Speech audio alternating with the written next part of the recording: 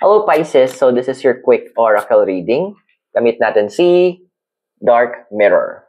So kung bago ka sa channel, please subscribe, like, and share.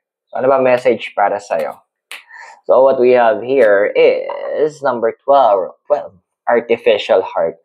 Dude, although yes, sa lahat ng water sign, ikaw talaga yung babad sa tubig, which is very connected ka sa emotions mo. Pero ito lang hindi lahat ng bagay dapat pinapagana mo emotions mo. Hindi lang sa lahat ng oras dapat damahin mo at bitbitin mo sa puso mo kung ano yung nararamdaman ng iba.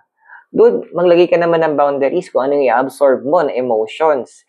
Hindi yung may nagkwento lang sa'yo, nadadala ka na. And then, ang nakakalungkot pa iba sa inyo, ang ending na dala-dadala, nagagamit yung emotions na yon para mautangan, mahingian ng pera, or mahingian ng favor. At sa bandang huli, hindi mo naman masingil, di ba? Minsan, ikaw pa may masama kapag naningil ka.